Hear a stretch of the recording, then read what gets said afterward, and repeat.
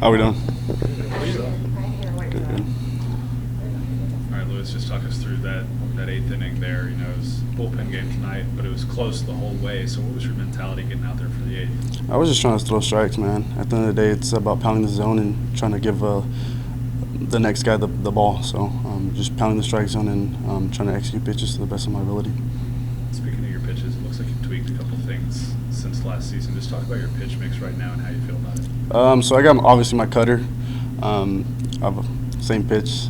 Been my go-to pitch. I have my slider and my curveball. We've been going to it a lot more this year, which is I like it. I enjoy it. It's a good pitch. But I also developed a changeup that I've been utilizing a lot, and I really do enjoy throwing it. I feel like it gives me an ability to stay away from the other side of the plate or go to the other side of the plate as well, especially the lefties. Just getting them away from the cutter. So it's helped me out a lot. You guys know you're going to have like a bullpen game like this. Is the mentality like what it was tonight where everybody's just trying to throw scoreless innings and one after the other?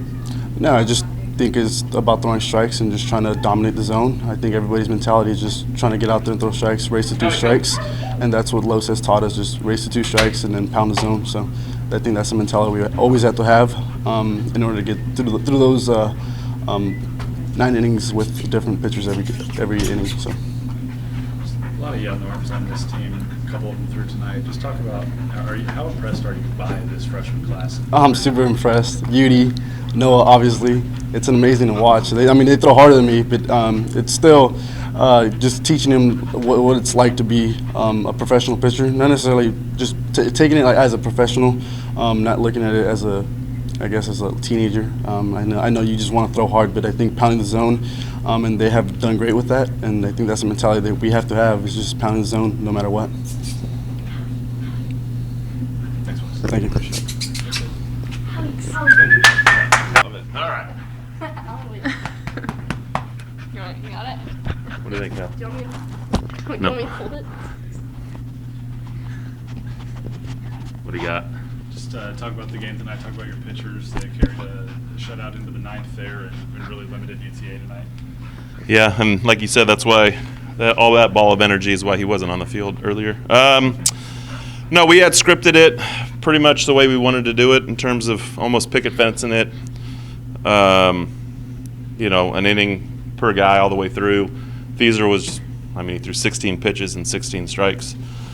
So we wanted him kind of to go back out there to kind of do it again. But no, I thought they were extremely sharp, and sometimes that's tough to do when you haven't been out there. So, and you can tell by them in terms when you have a new pitcher every at bat, that can be difficult, just because everybody's a little bit different, and by the time you kind of get a feel for a guy, he's got out and the next guy's in. So, just an awesome job of defense and pitching. Noah Traeger had the pinch in RBI in the 7th inning. How big is it that you can go to him off the bench as a true freshman? Yeah, that was huge. I think obviously to get the game to 2-0. That's a huge. As you could tell, in the 9th inning they get a leadoff double, and they score a run. And kind of that middle part of the order, of Bowen, Kramer, and Franco were the difference. I think they probably had 90% of the hits tonight. So that was good. We needed to put some stuff around them, but ultimately, I don't know what our record was midweek, maybe 8-2, something like that. And they were, one of the losses was to UTA. So to get that back and to get back in the win column after Sunday is nice. And now heading out to Tucson against a really, really good Arizona team. Now you've wanted to get Noah on the mound more, but it's been tough because he hasn't been DHing. How good was it to get an inning for him tonight? Really good. And then I think he was at second base when the half inning before, so he came in, got his stuff. So a little different. He hadn't been out since Houston. It was a long time. So there's a little bit of rust involved there, but I thought he threw it good. He felt good. He just felt like he said it was a little weird getting back out there. So, now with Stroh being what he's doing, so it's going to kind of be one of those deals where when he pitches now, it'll be a 9-man lineup, and Stroh will probably DH for a little bit, and then we'll see where he's at. But definitely getting another guy with premium stuff, and especially from the left side is key to getting back out there. It was good to see him. speaking of Stroh, do you have an update on him, how he's doing? Well, he texted me probably halfway through the day and was like, "Coach, I just saw Greg and he said I'm good to play. He wanted to play, and we didn't let him. But you know, he actually looks way better today than I thought he was. I thought it was just going to be almost Elephant Man and a big puffy face, and he looks good. He's, you know, I asked him, you know, was he able to get any food down, and he said, yeah, just got to be careful with the front teeth in terms of how I eat. But that was my big concern, was him not being able to get, you know, a ton of food in his belly and be, you know, lose some strength and weight. But to be frank, he looked the exact same in terms of, he said, my body feels great, it's just my face hurts, and we'll go from there. So he's obviously going to be ready to play this weekend. He was ready to play tonight, but we erred on the side of caution with him. Mark at the park, you love nights like this? For sure. You know, it's obviously, I got 2 Goldens, and you know, they're here all the time, so they're kind of like an extension of our 40-man roster. I think it brings a lot of enjoyment to the field when sometimes, you know, it's not monotonous, but it's, you know, it brings a little bit of different energy to the field. And I think the biggest dog lover is probably Tommy Lepore.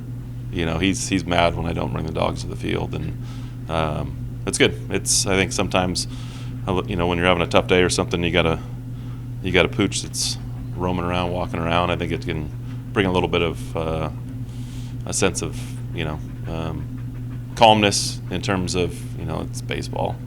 You know, it's a family atmosphere. You got my kids here and dogs, and yeah, it was fun. Great. Bark at the Park. I don't know if we won last year's Bark in the Park, but we did. Yeah. All right, we're 2-0 and Bark at the Park. There you go.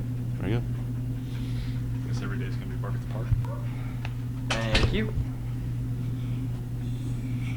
All right, Noah, first time you've been on the mound in a little while here. Just how good did it feel to get back out there and get a rep at? I mean, really, I've been itching to get back out there. It's been a while. I think it's been since Houston, but since then I've been playing the outfield 85% of the time, and then I mixed one DH game in Orlando, but didn't get to throw there. But I did get sent down to the bullpen, so I did throw a little bit there. But last time I threw was last Tuesday on live ABs.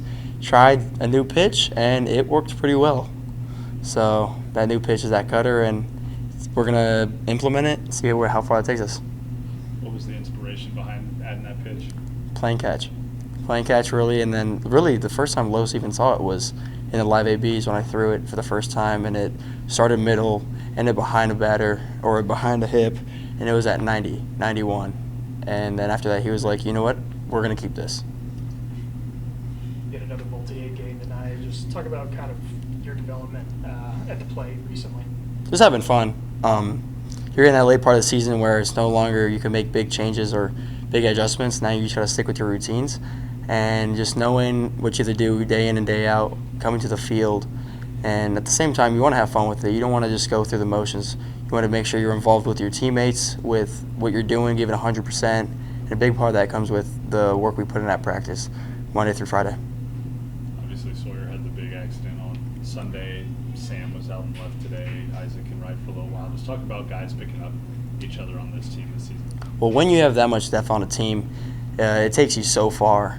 Because we've been having to deal with injuries or guys getting days off here and there, but we've really cycled through a lot of guys at different positions, either catcher or first base. But in the dugout, when it's late game, you're hearing different names saying get hot, you're coming in the game. So it's really cool being a part of a team with not only just speed, power, and hit, you also have like elite level defenders. Sweet. Talk to Sawyer.